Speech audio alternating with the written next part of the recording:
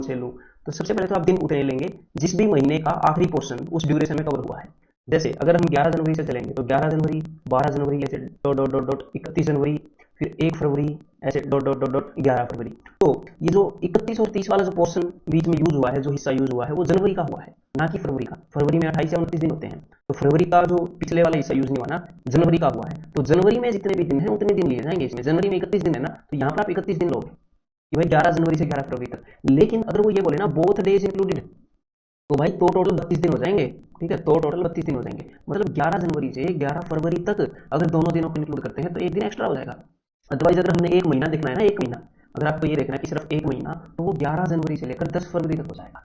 ठीक है, अगर मैं यहाँ पर बोलूँ, थोड़ी सी प्रैक्टिस करा दूँ आपको इसी बहाने, अगर मैं बोलूँ 10 फरवरी से लेकर, और ये फरवरी है अपनी नॉन लीप ईयर, लीप वर्ष वाली नहीं है भाई, ठीक है भाई, नॉन लीप ईयर, तो 10 फरवरी से अगर मैं 9 मार्च तक का बोलूँ तो एक पूरा महीना हो गया, 10 तारीख से लेकर 9 तारीख तक पूरा महीना। लेकिन इसमें दिन कितने होंगे, नॉन लीप ईयर वाली बात है। वो जो बीच वाला पोर्शन है, जो 28 दिन वाला पोर्शन है, वो फरवरी वाला है ना। मार्च को तो मौका ही नहीं मिला अपना टैलेंट दिखाने का। 30 और 31 दिन कितने हैं, वो मौका मिला ही नहीं मार्च को, 9 तारीख तक ही गई मार्च में, तो 28 दिन होंगे टोटल नॉन लीप ईयर। और अगर यहीं पर लीप ईयर वाली होती, लीप वर्ष वाली होती, तो 29 दिन हो जाते, 29 फरवरी हो जाती।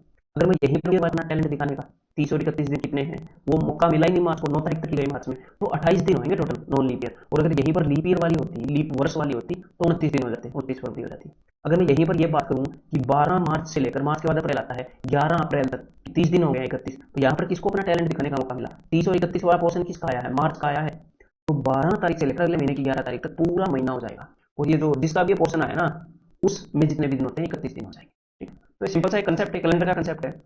मैंने कैलेंडर आप लोगों को बताया है नहीं, जैसे भी आपने खुद कैलेंडर पढ़ा हो, जहाँ से भी किया हो, देन ये चीज़ आपको पता होगी पहले से, लेकिन इन क्वेश्चन को कराने के लिए मैंने अभी आपको बता दी। ठीक है, तो पहले से, लेकिन इन क्वेश्चन को कराने के लिए मैंने अभी आपको दे रहा हूँ, मई को अपने दिन दिखाने का टैलेंट मिलेगा, और 11 मई से नहीं की पहले से, लेकिन इन क्वेश्चन को कराने के लिए मैंने अभी आपको बता दी।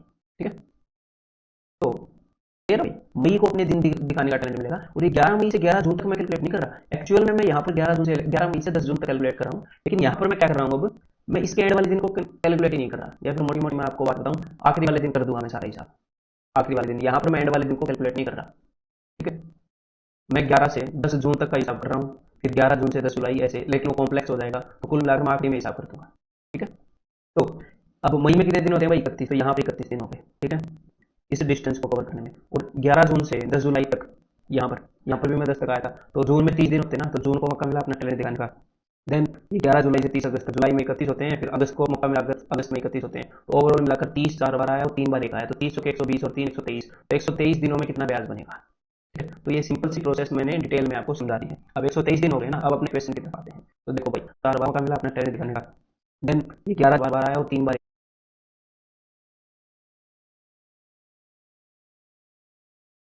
बोले ना, अब अपने क्वेश्चन की तरफ 4 बार आया और 3 बार एक आया, तो 30 चौके 120 और 3 123, तो 123 दिनों में कितना ब्याज बनेगा। ठीक है, तो ये सिंपल सी प्रोसेस मैंने डिटेल में आपको समझा दी है। अब 123 दिन हो गए ना, अब अपने क्वेश्चन की तरफ आते हैं। तो देखो भाई, पूरे साल में कितना ब्याज बनता है, पूरे साल में बनता है 5% ब्याज।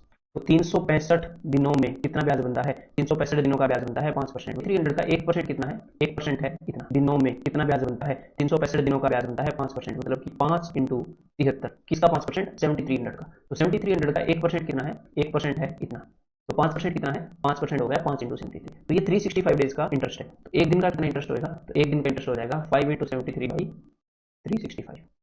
ठीक है भाई, और 123 दिन हुए थे ना, तो 123 दिन का कितना इंटरेस्ट हो जाएगा, इंटू 123, बस ये सिंपल सी बात है। अगर 124 दिन हुए होते तो 124 का हुआ देते। तो अब यहाँ पर क्या होगा, हम कैंसिल आउट कर देंगे। ये मेरे को याद है, क्लियर है।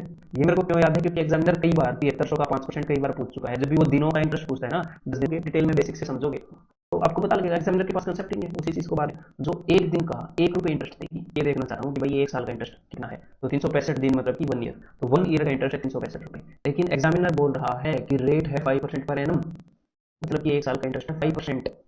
ठीक है, एक साल का इंटरेस्ट है 5%, तो इट मीन 5% जो है वो 365 रुपये के बराबर है।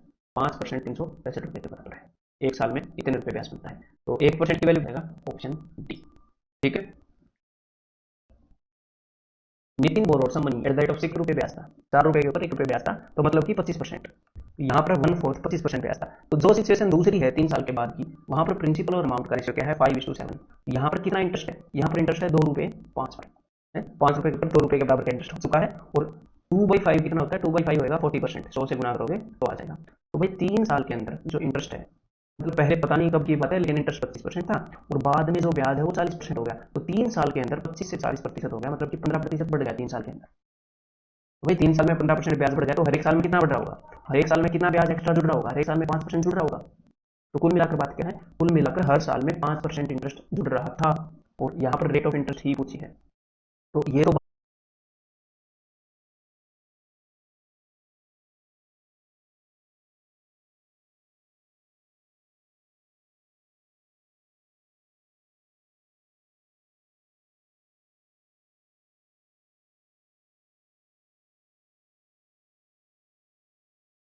3/4 ऐड हो रही है खुद की, मतलब कि 75% ऐड हो रही है। कितने सालों में 75% ऐड हो रही है, 4 सालों में। तो एक साल में कितने परसेंट ऐड हो रही होगी, 75/4। ठीक है, तो 75/4 कितना होता है, ऑप्शन सी। ठीक है, 18/3/4%। तो इस वीडियो लेक्चर के अंदर इतना ही। अगले वीडियो लेक्चर के अंदर मैं आपको कराने वाला हूं जस्ट अंडर 56 रुपये बनता होगा, और उसका 1% 7 रुपये बनता होगा, और उसका 100% 700 रुपये बनता होगा। तो यहां पर उत्तर क्या आ जाएगा, ऑप्शन बी, विकल्प बी। क्लियर है। 4 रुपये कितने बन जाते, 4,000 रुपये कितने बन जाते if the rate of interest would have been 1% more. अगर ऊपर वाली सिचुएशन से यहां पर जो रेट ऑफ इंटरेस्ट है वो 1% ज्यादा होती। तो यहां पर मेरी बात को ध्यान से सुनिएगा। जो कन्वेंशनल वे है कि ऊपर मुझे ये पता है कि भाई कितने रुपए ज्यादा हो गए, 800 रुपये ज्यादा हो गए, 800 रुपये का ब्याज बन गया 4 साल में। एक साल में कितने का ब्याज बनेगा, 4 साल में 800 का, एक साल में 200 का। तो 200 रुपये इसका कितना परसेंट है, मुझे सीधा सीधा दिख रहा है, इसका 10% 400 है, 10% 400 है, तो 200% 5% होगा। तो 200 रुपये 5% होगा, 10% का आधा। तो ऊपर वाले केस में रेट 5% है, नीचे 1% ज्यादा है, तो ये 6% हो गई। तो इसका 6% कितना होगा, 240। इसका 6% कितना होगा भाई, 6 चौके 24, 240। तो 240 इंटू, बिकॉज 4 साल की कुल बेसिक कमी विद इन फ्यू सेकेंड्स हम इसको,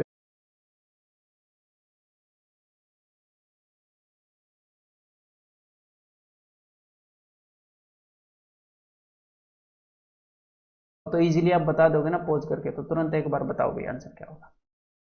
तो 4% ज्यादा होती, तो हर साल में यहां के मुकाबले, हर साल में यहां पर जितना भी ब्याज लगा उससे 4% ज्यादा ब्याज लगता। और बात हो रही है जी 3 साल की, तो यहां पर जितना भी ब्याज लगा उससे 12% ज्यादा ब्याज लगेगा।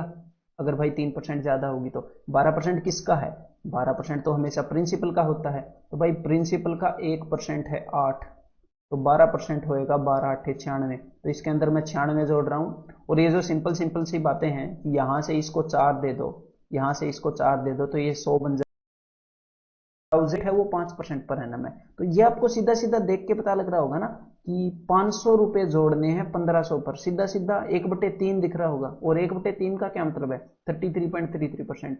मतलब कि 33.33% जोड़ना है, 33.33% जोड़ना है। और हर साल में कितनी तो लगे, परसेंट हर साल लगेगा, हो चुके होंगे 10 साल के बाद 1500 हो गए, और नया प्रिंसिपल हमें मिल गया 1500, क्योंकि 10 साल के बाद ब्याज को प्रिंसिपल में जोड़ते थे।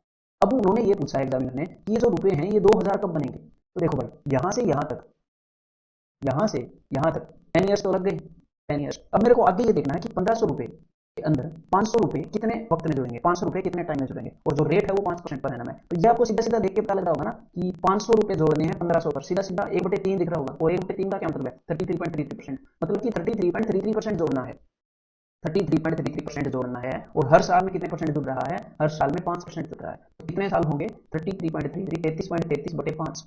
अब आप थोड़े से अनकंफर्टेबल हो गए होंगे कैलकुलेशन करने में, तो अनकंफर्टेबल नहीं होना।